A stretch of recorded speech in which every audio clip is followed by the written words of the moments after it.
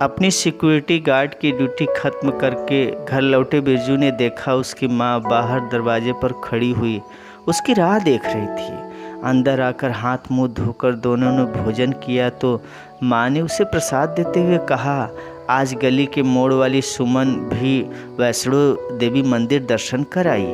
बस एक मैं ही हूँ जो कोई तीर्थ। माँ की ये बात सुनकर बिरजू मन मौसकर रह गया। दरअसल गली में जब से पड़ोस में रहने वाली आंटी जी और उनके बच्चे अमृतसर गुरुद्वारे दर्शन करके आए थे, माँ भी जिद किए हुए बैठी थी उसे भी ऐसे ही किसी तीर्थ स्थल पर दर्शन करने जाना है। वैसे उनकी इच्छा पूरी करने की तैयारी में बिरजू भी लगा हुआ था। बीते कुछ महीनों से अपने सिक्योरिटी सुपरवाइज़र से वह कुछ एक्स्ट्रा ड्यूटी की बात भी कर चुका था ताकि वह भी माँ को किसी तीर्थ स्थल की यात्रा करवा सके और इन एक्स्ट्रा ड्यूटी से आने जाने के लिए कुछ पैसों का इंतज़ाम हो सके। उसके कंपनी सुपरवाइज़र ने उसे बताया था कि जल्द ही कंपनी सभी सिक्योरिटी गार्ड को सैलरी बढ़ाकर देने वाली है और पिछले कुछ दिनों से वो एक्स्ट्रा ड्यूटी भी कर रहा था, जिसके चलते वो सुबह 5 बजे निकल जाता था तो रात को 11 बजे तक लौटकर घर आया करता था। आज वो बहुत खुश था। वह जल्द से जल्द घर पहुंचकर अपनी माँ को खुशखबरी सुनाना चाहता था कि उसकी सैलरी बढ़ गई है और आज ही एक्स्ट्रा ड्यूटी मिलाकर और कुछ जोड़े हुए पैसे मिलाकर उसके पास लगभग 10,000 रुपये इकट्ठा हो गए हैं। घर पहुंचकर उसने देखा माँ चुपचाप टीवी चलाकर बैठी हुई है। वह खुशी से उसके गले में अपनी बाहों को डालकर बोला, माँ, आपकी मनोकामना पूर्ण होती हुई दिख रही है। हम भी अगले हफ्ते ही जहाँ आप कहोगी वहाँ तीर्थ स्थल चलेंगे। चाहो तो माता वैष्णो देवी जी के दर्शन करने चलेंगे। अब मेरे पास 10,000 रुपये इकट्ठा हो गए हैं। माँ ने बिरजू की बात सुनकर चेहरे पर थोड़ी सी मुस्कान दी, पर उनकी मुस्कान में वो खुशी उत्साह नज़र नहीं आ रही थी जो अक्सर वो दूसरे के जाने पर स्वयं के जाने का सोचकर हो उठती थी। क्या हुआ माँ, आपकी तबीयत ठीक तो है ना? मेरी तबीयत को क्या हुआ है? भला मैं ठीक हूँ, माँ बोली। फिर आप मुझे खुश क्यों नहीं लग रही हो? इतने समय में आप ही तो जिद लिए बैठी हुई थी कि मुझे भी किसी तीर्थ स्थल दर्शन करने जाना है। आज जब मौका आया तो आपके चेहरे पर खुशी नज़र नहीं आ रही।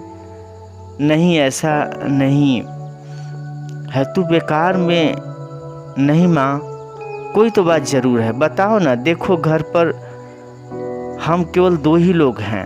अगर मुझे कोई परेशानी है तो मैं आपसे ही कहूँगा ना, ताकि उस परेशानी का कोई हल निकल सके। और यदि आप परेशानी में हो तो मुझे नहीं तो किसे बताओगी, कहो ना। बिरजू की बात सुनकर माँ ने एकटक उसकी ओर देखा और फिर बोली, बिरजू, मैं सोच रही हूँ भगवान तो सभी जगह एक ही है, तो बेकार इतनी दूर जाकर। माँ की अधूरी बात से ही बिरजू समझ गया कि ज़रूर माँ के मन में ज़रूर कुछ चल रहा है। वह उसके हाथों को सिर पर रखकर बोला, क्या हुआ माँ, बताओ मुझे। बिरजू आज गांव से रामू लौट कर आया तो बता रहा था, तुझे याद है तेरे केशव चाचा हमारे मुसीबत के वक्त में हमारी बड़ी मदद की थी। उन्होंने अब तो रहे नहीं, उनकी बेटी की शादी है अगले महीने।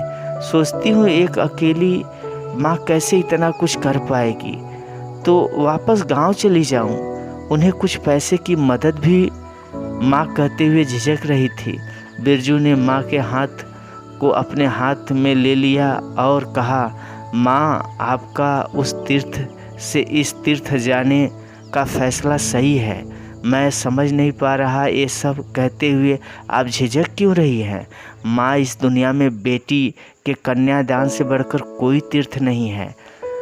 और मैं अपने कंपनी सुपरवाइज़र से अगले महीने छुट्टी की अर्जी लगा देता हूँ। आखिर बहन की शादी में उसके भाई का होना भी तो ज़रूरी है ना।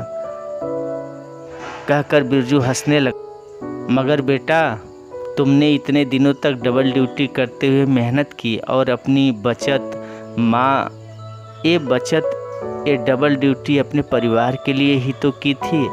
अब ये खर्च चाहे माँ की यात्रा में हो या बहन की शादी में, है तो परिवार ही। बिरजू की बात सुनकर माँ ने भीगी पलकों को साफ करते हुए उसके सिर पर हाथ फेरते हुए ढेरों आशीर्वाद देते हुए उसके माथे को चूम लिया। दोस्तों, कहानी पसंद आए लाइक सब्सक्राइब शेयर कमेंट जरूर करिएगा।